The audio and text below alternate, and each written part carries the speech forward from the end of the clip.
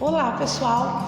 Estamos começando mais uma discussão sobre vida na família, vida psicológica na família e, mais especificamente, a gente vai ver o discurso familiar que interliga gerações. Num primeiro momento, eu vou apresentar um caso clínico. Num segundo momento, eu vou analisar alguns aspectos dele e depois eu faço uma finalização. Então, estou convidando vocês para a gente pensar essa coisa fascinante que são as nossas famílias, mas que também podem abrigar muito sofrimento. Então, nessa primeira parte, a clínica do discurso familiar que interliga gerações, eu estou partindo de uma paciente que é a filha mais velha e ela se representa, ou seja, as ideias que ela tem sobre ela é de que ela era a mais independente, a mais solitária dentre as filhas e a inexistente. Bom, ela era representada pela mãe como inteligente e madura, mas representada ou vista pelas irmãs como a louca da família.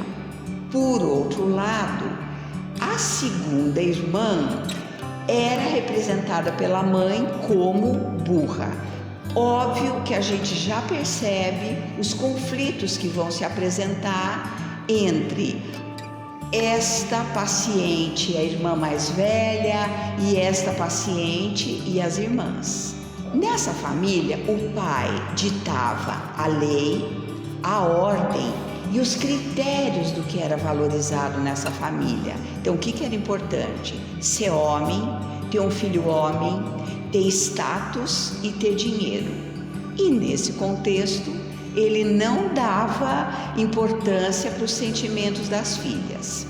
No relato da paciente, ele, pai, cortou a proximidade afetiva e também a ternura para com ela quando ela fez 6 anos, porque ele disse que ela estava crescendo.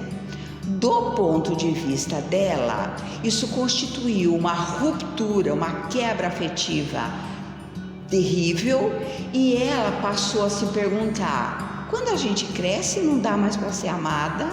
Bom, e aí ela também relata que esse pai era um menino temperamental, tendo-se em vista as explosões de raiva tão comuns no jeito dele ser, tá? E a paciente tinha muito medo dele perder o controle e arrebentar com a mãe dela, né? E nessa medida ela experimentou muito pavor, que é muito mais do que medo, então muito pavor, muito ódio e um certo amor para com esse pai.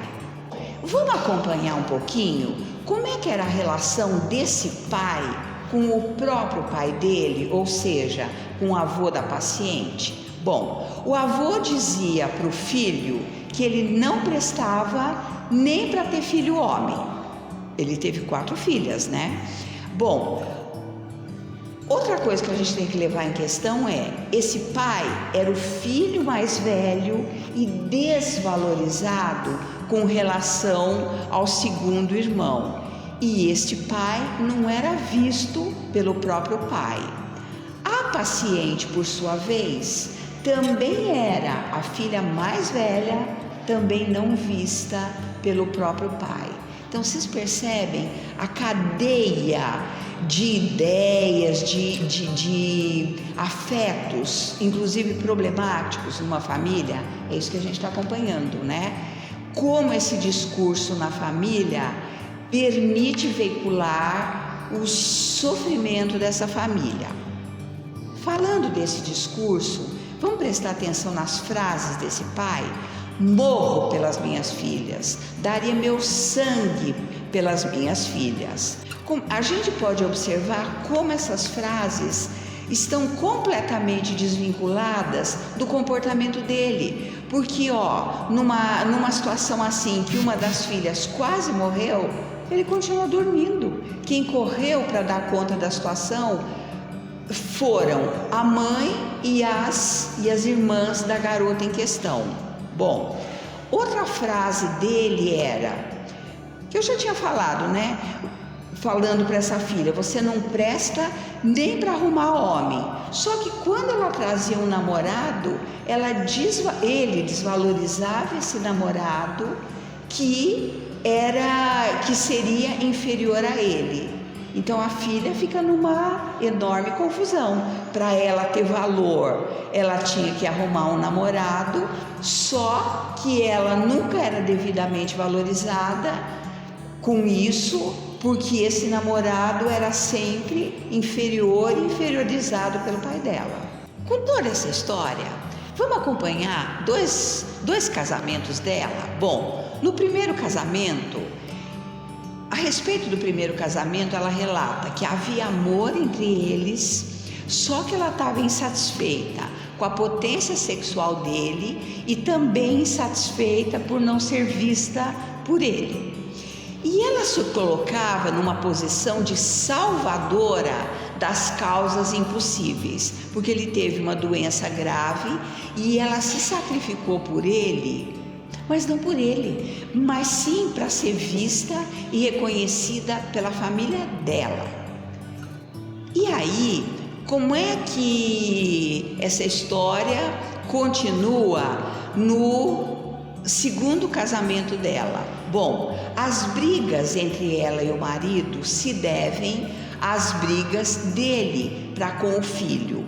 Como é que ela se refere a essas brigas? Se refere como briga entre dois meninos. Lembram que ela dizia que também o pai era um menino temperamental? Tudo se interligando.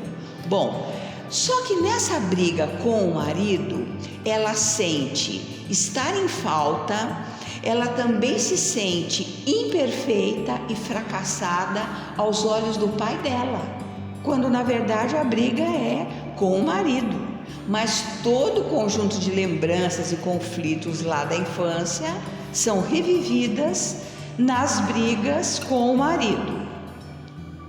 E essas brigas com o marido retomam as brigas entre o pai e a mãe dela, quando ela se sentia passiva, impotente, desesperada e apavorada. Como eu já tinha adiantado, essa paciente experimenta uma grande confusão mental. O que é confusão mental? Uma dificuldade em pensar ou raciocinar com clareza e foco. Mas como é que essa confusão mental se apresenta? Se apresenta, por exemplo, na confusão entre o pai e o marido e também na confusão entre ela e o filho. Vamos acompanhar como é que é isso? Bom, o pai era autoritário, dominador, agressivo e insensível para com ela e a mãe, e óbvio que também com as irmãs. E ela, paciente, frente às brigas com o marido, ela também se apresentava autoritária, dominadora, agressiva com o marido quando ele estava na posição de pai, retomando para ela a relação dela com o próprio pai. Todavia, ela diz que havia amor, há amor entre o casal. Vamos então pensar quais são as representações ou ideias dela sobre si mesma? Bom, ela então é a filha de um pai, mas que ela retrata como um menino temperamental. Portanto, nessa medida, ele não é um adulto, embora seja pai. Ela também se representa como a mãe de dois meninos, mas o marido é um adulto. Bom, ela também se coloca como a protetora do filho, ela também se coloca ou se representa como a esposa de um marido infantil e agressivo. Você que está aí me acompanhando, vamos ver agora a relação da paciente com a família do marido? Bom, o sogro tinha incumbido o marido dela, que também é o filho mais velho, incumbido de ser o responsável pela mãe e o filho digno da confiança da mãe. Óbvio que isso gera conflitos com os outros irmãos. E os critérios de valor da sogra incluíam beleza, dinheiro, etiqueta, status, o que implicava excluir e rejeitar a paciente, nora dela. Interligando, gente, o pai da paciente também tinha como critérios de valorização, lembram? Ter um filho homem, incluía também dinheiro e status. E isso magoou a paciente. E a sogra tem critérios muito próximos, então bate, choca com as feridas emocionais que a paciente já tinha.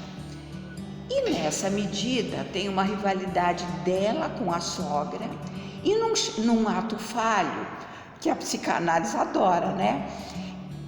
Num ato falho aparece o desejo dela que a sogra tivesse morrido. Vamos acompanhar, só para finalizar essa parte de descrição psicológica da paciente, vamos acompanhar duas cenas catastróficas que vêm até a mente dela. Uma cena está relacionada a uma corda. Então, ao falar dessa rivalidade com a sogra, vem até a mente dela uma corda. E ela lembra de uma historinha que era assim: um homem está pendurado numa corda e Deus teria dito para ele: solta. Só que ele não solta essa corda e morre, e não solta por medo de morrer.